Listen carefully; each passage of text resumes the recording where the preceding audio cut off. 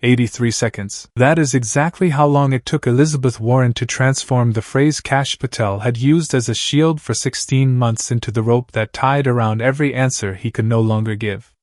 Not a secret recording. Not a vault no oversight body could enter. Not a subpoena served in open session. A trail. One that began in a New York Times newsroom on February 14th, traveled 2 hours south to 6 FBI field offices in Miami, and ended at a Senate hearing table where the FBI director sat under oath and discovered that the most dangerous thing in that room was not a document. It was a senator from Massachusetts who had spent 40 years learning exactly how institutions hide the things they cannot explain. Watch this video until the very end. Because what Senator Elizabeth Warren did in 83 seconds this morning is not the kind of moment that gets processed in the next news cycle. It is the kind of moment that gets entered into federal referral files. And if you are new here, subscribe right now and turn on notifications because this story has not stopped moving since the gavel came down. Let me tell you who Elizabeth Warren is before she walked into that hearing room. Not the version most people know. Not the bankruptcy professor, not the consumer protection architect, not the presidential candidate. The version that matters for understanding this morning is the one that spent 40 years reading the fine print of how institutions behave when they are protecting themselves instead of the people they were built to serve. Warren did not come to the Senate from a courtroom. She came from classrooms where she spent decades studying one question: how do systems designed to protect people end up protecting themselves instead? She knows the answer the way someone knows it after watching it happen across 4 decades and 1,000 variations. And she knows that the most reliable fingerprint of institutional concealment is not what is missing. It is the surgical precision of what was left in place. She brought all 40 of those years into Senate Judiciary Room 226 this morning. She brought one document. And she brought a question that she had been building towards since the first week of February, when 6 FBI field agents in the Miami office were terminated within 72 hours of a New York Times story that described the Epstein investigation in operational detail so precise that people inside the bureau immediately understood what it meant. Someone had talked, and someone had made sure that whoever talked would never talk again. The hearing had been running for 2 hours and 9 minutes when Warren took the microphone. Patel had navigated 11 senators. His lead attorney had stopped passing notes 43 minutes earlier.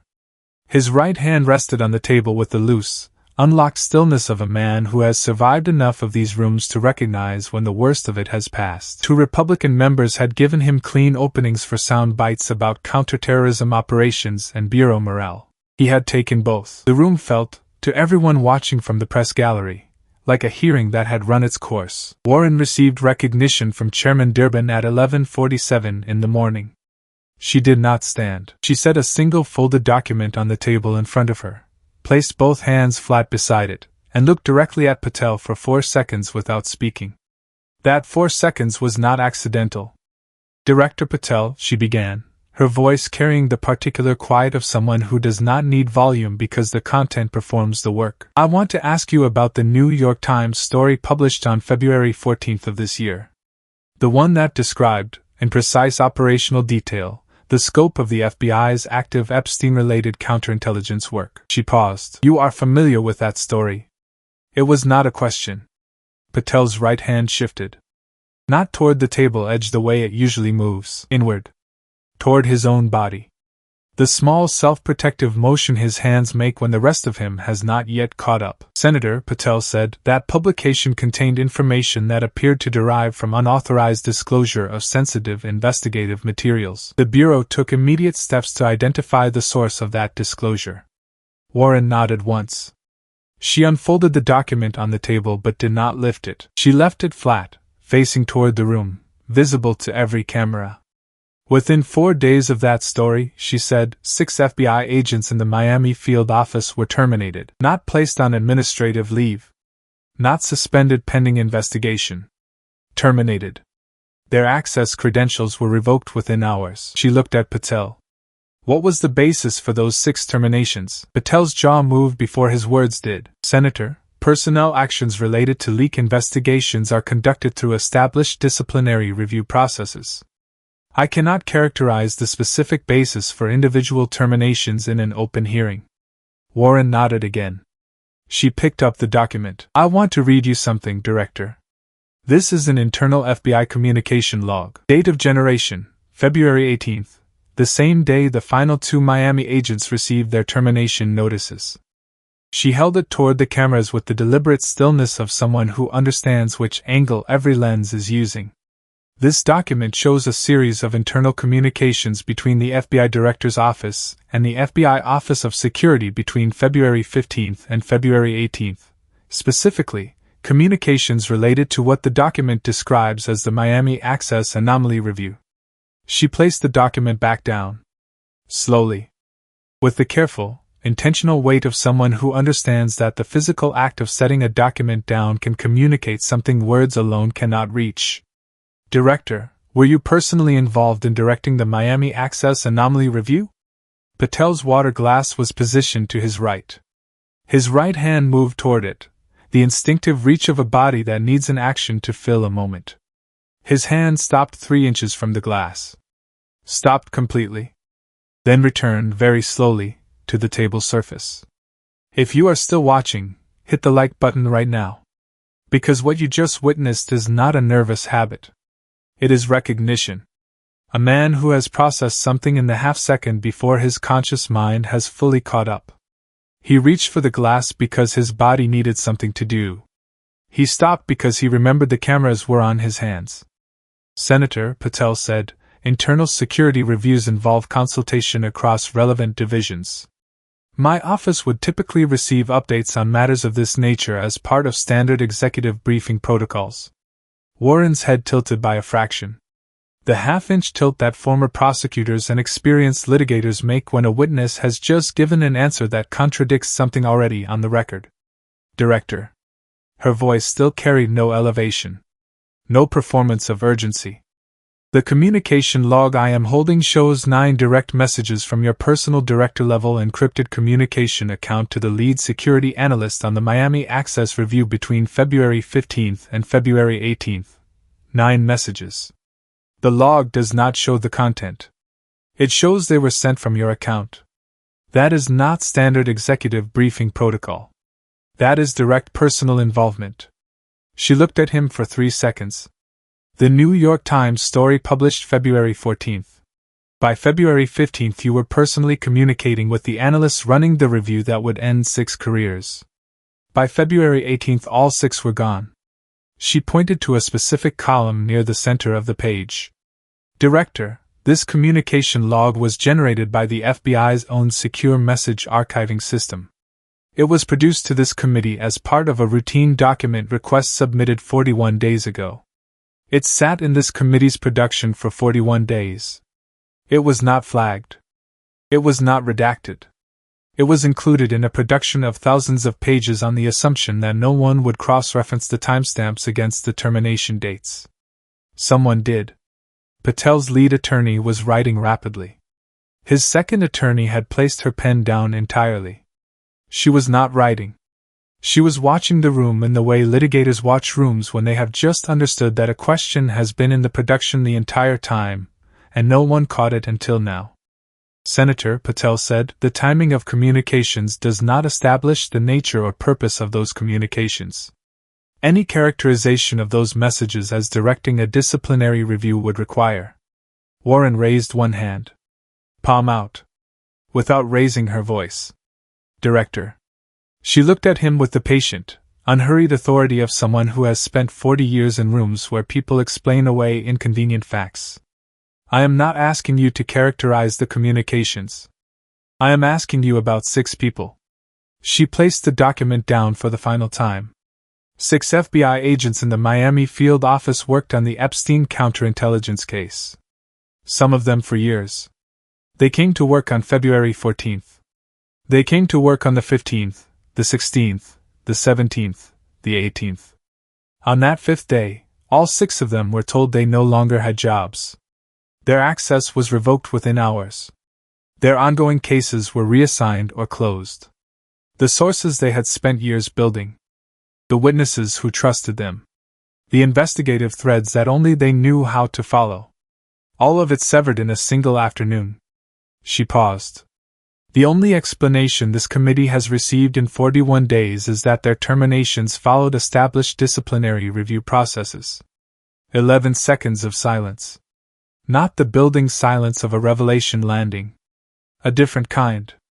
The silence that descends when a question asked 11 different ways across 6 different hearings is finally framed as something that cannot be reduced to process language.